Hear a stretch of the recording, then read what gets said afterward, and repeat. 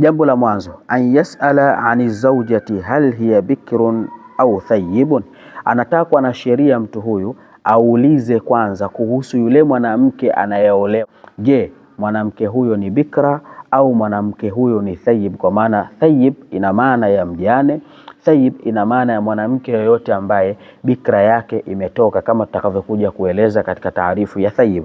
Hilo ni jambo la mwanzo ambalo analotakiwa kuuliza. Moja, tunaanza kueleza albikru. Bikra ni nani? Mwanamke bikra ni mwanamke yupi katika mlango wa ndoa? Anasema muallifu rahimahullah, hiya allati, ni yule mwanamke ambaye lam tazul bakaratuha biwat'in, haijaondoka ile bikra yake kwa kuingiliwa. Bi an lam tazul aslan, ikawa ile bikra yake haijaondoka kabisa. Na huyu katika lugha nyingine ya kisheria anaitwa adhraun.